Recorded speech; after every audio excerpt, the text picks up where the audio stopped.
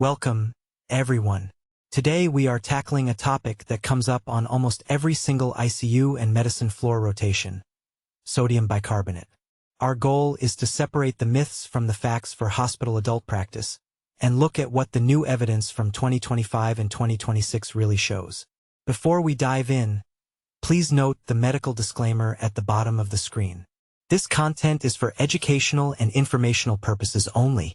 It is not intended to be a substitute for professional medical advice, diagnosis, or treatment. Always seek the advice of your physician or other qualified health provider with any questions you may have regarding a medical condition. The evidence we are discussing is current as of June 2026. Let's get started. Let's set the stage with the clinical problem. You are on call and you get a blood gas back. The pH is low. Metabolic acidemia is incredibly common in our critically ill patients. Whether it's from sepsis, shock, acute kidney injury, or poisoning, they all lower that arterial pH. For decades, our clinical reflex has been very straightforward. Low pH means we should give bicarbonate. But does it actually help? Recent, large randomized trials have fundamentally challenged this assumption. In this session, we are going to unpack what the evidence actually shows, who truly benefits, and what practices we need to avoid.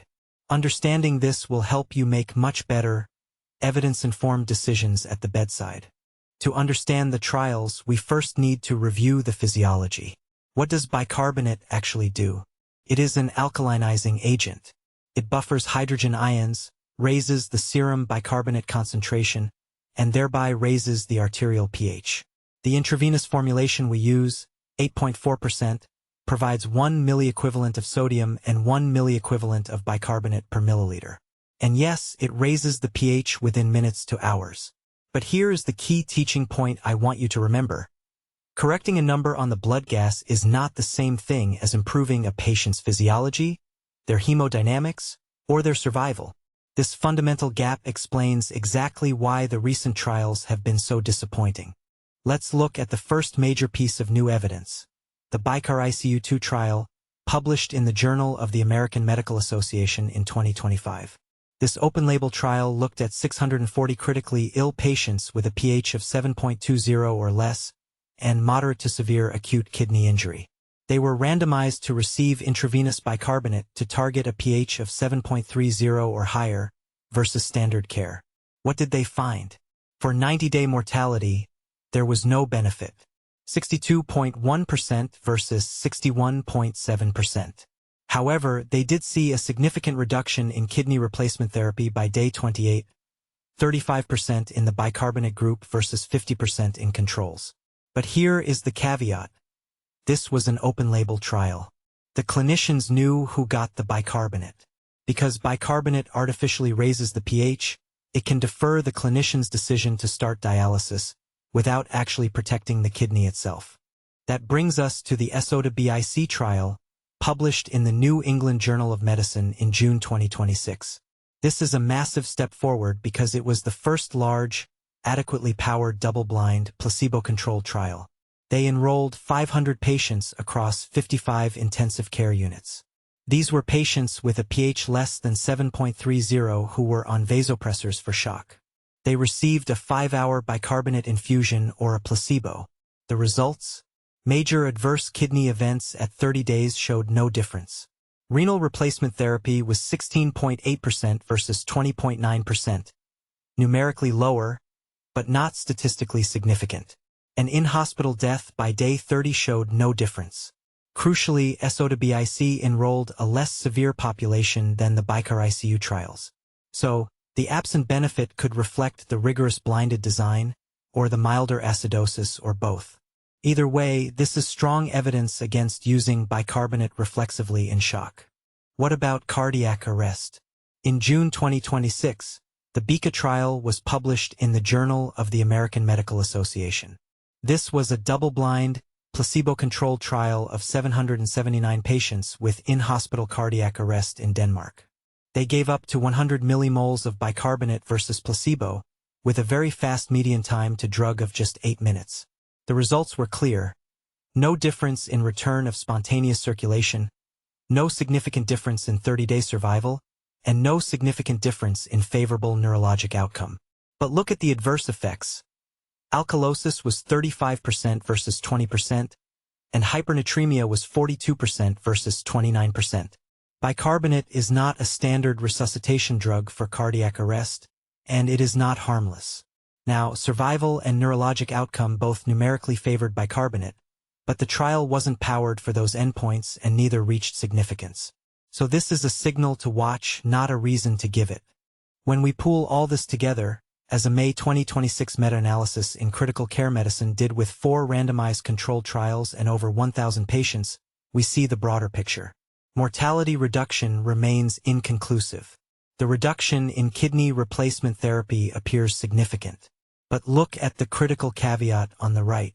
This meta-analysis was published before the blinded SODa-BIC and BIHCA trials. The pooled trials were predominantly open-label. The renal replacement therapy signal was strong in the open-label BIHCA-ICU2 trial, but it did not survive the blinding in SODa-BIC. The signal may have been amplified by unblind clinician behavior, or explained by the fact that the pooled trials enrolled more severe acidosis. The bottom line? The dialysis signal is consistent in open-label data, but it is not confirmed under blinding. So, how do the major guidelines synthesize all this? The surviving Sepsis Campaign 2026 guidelines suggest against bicarbonate for shock with lactic acidemia. They only suggest it for patients with a pH of 7.2 or less and acute kidney injury stage 2 to 3, and even then, it's a conditional recommendation with very low certainty. The American Heart Association 2025 guidelines state that routine bicarbonate in cardiac arrest is a Class 3 recommendation. No benefit. However, for special circumstances like hyperkalemia or toxin-related arrest, it is a Class 2B recommendation, meaning it may be reasonable. And for sodium channel blocker toxicity, the guidelines remain very supportive. Let's clear up 5 common myths that lead to unnecessary bicarbonate use. Myth 1. Low pH means give bicarbonate. Fact. Low pH is a sign, not a diagnosis. You must treat the cause first. Myth 2. Bicarbonate improves hemodynamics. Fact. As we saw in SODa-BIC, there is no benefit in shock-associated acidosis. Myth 3. Bicarbonate is safe. Fact. It carries real risks, including a 42% rate of hypernatremia in the cardiac arrest trial, plus alkalosis and hypokalemia. Myth 4. Bicarbonate protects the kidneys. Fact. It reduces dialysis use in open-label trials, but there is no proven renal protection. The signal didn't hold up in the definitive SODa-BIC trial, which was also milder acidosis. It is likely a pH-driven deferral of dialysis, not true protection. Myth 5. Bicarbonate works in cardiac arrest. Fact. The BIHCA trial showed no benefit in return of spontaneous circulation, survival, or neurologic outcome. Now, let's talk about where bicarbonate actually works. First, sodium channel blocker toxicity. This includes tricyclic antidepressants, cocaine, flecainide, and diphenhydramine. Here, bicarbonate raises the pH and sodium to counteract the cardiac blockade. The trigger is QRS prolongation, commonly taught as greater than 100 to 120 milliseconds. Second, severe or emergent hyperkalemia, especially with concurrent metabolic acidosis. But remember, it is an adjunct to calcium and insulin or glucose, not a replacement. Third, salicylate toxicity for urine alkalinization. The target urine pH is 7.5 to 8.5, but a critical pitfall here. It fails if the patient has hypokalemia, so you must correct potassium first.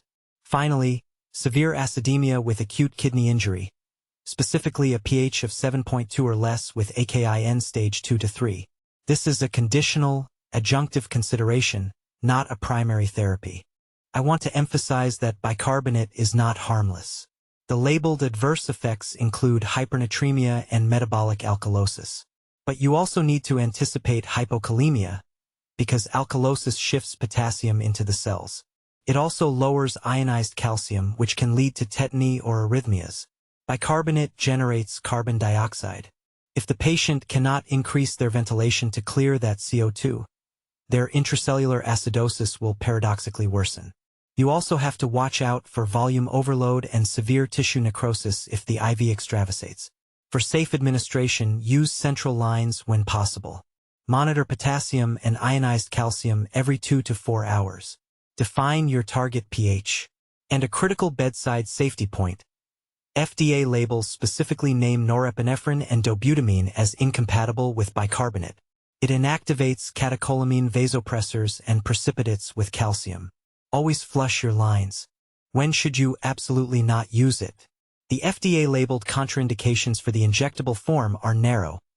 Chloride loss from vomiting or continuous GI suction, and concomitant use of diuretics that produce hypochloremic alkalosis. But clinically, there are several relative cautions.